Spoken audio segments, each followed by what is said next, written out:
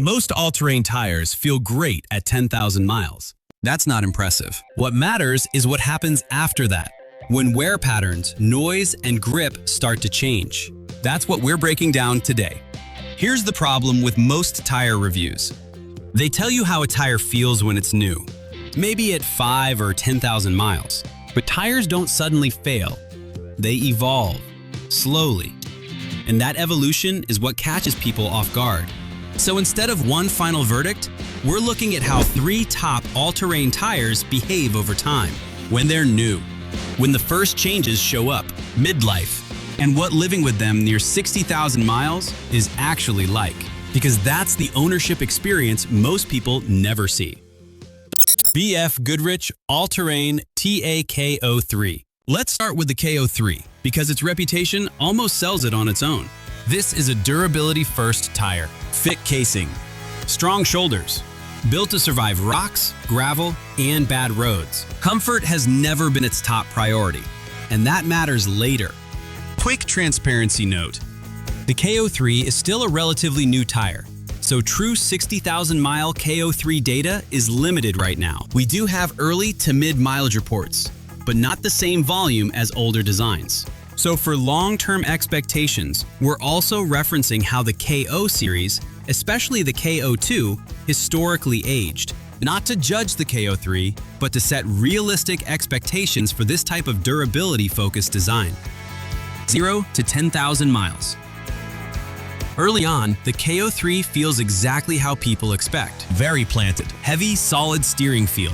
Excellent off-road traction. On-road, it's acceptable, but never refined. Nothing feels wrong, but nothing feels soft or quiet either.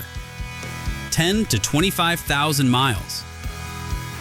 This is where the first changes appear. Owners begin noticing. Steering feels duller.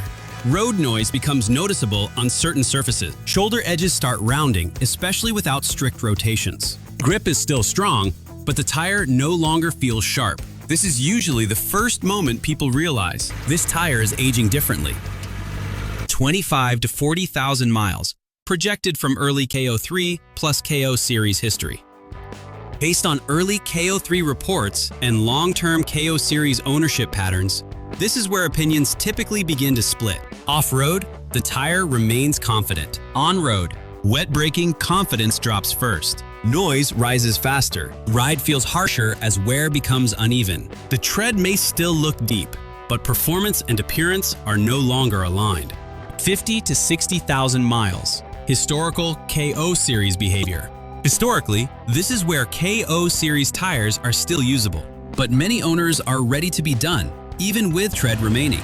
That's the KO series paradox. It survives longer than people want to live with it.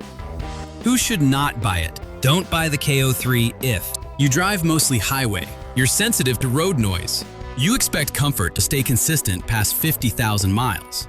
This tire prioritizes survival, not graceful aging. Toyo Open Country AT3.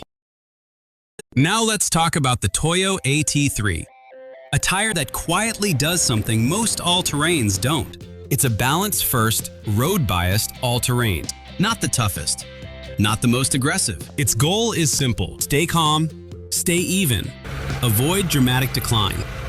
0 to 10,000 miles. When new, the Toyo immediately feels different. Light steering, smooth ride, low tread noise, even on highways. It doesn't feel tough or exciting. It feels easy. Off-road traction is competent, but clearly secondary. This tire tells you early what it values. 10 to 25,000 miles.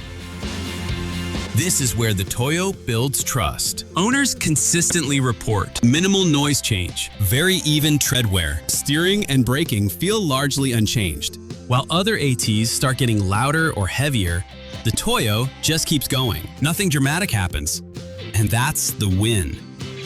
25 to 40,000 miles. This is the Toyo's strongest phase. Across long-term reports, flat, even wear, stable ride quality, slow, predictable noise increase. The only consistent weakness shows up under load. Frequent towing or heavy trucks accelerate wear noticeably. 40 to 60,000 miles.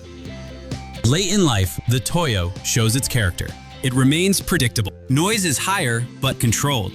Grip fades evenly, not suddenly. Off-road bite is reduced. It rolls instead of claws. This tire doesn't fight the end of its life. It accepts it gracefully.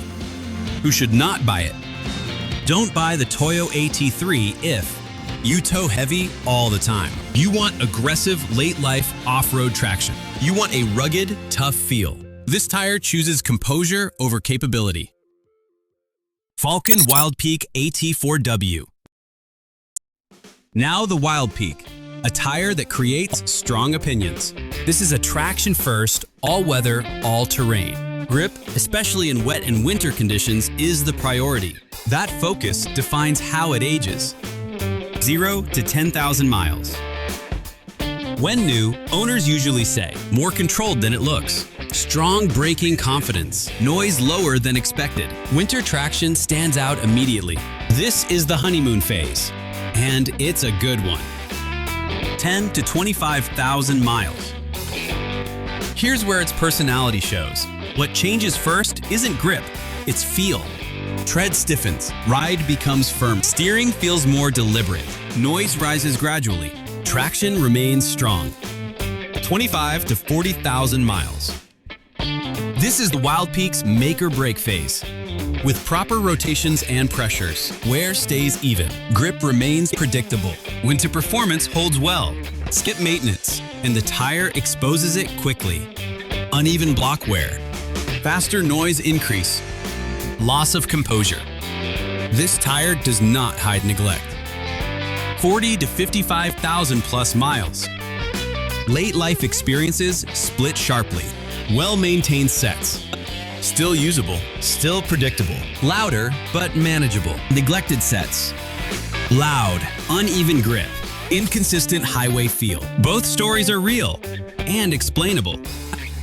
Who should not buy it? Don't buy the Wildpeak if you skip rotation, you do high-speed highway miles in hot climates, you tow heavy without adjusting pressures. This tire rewards discipline.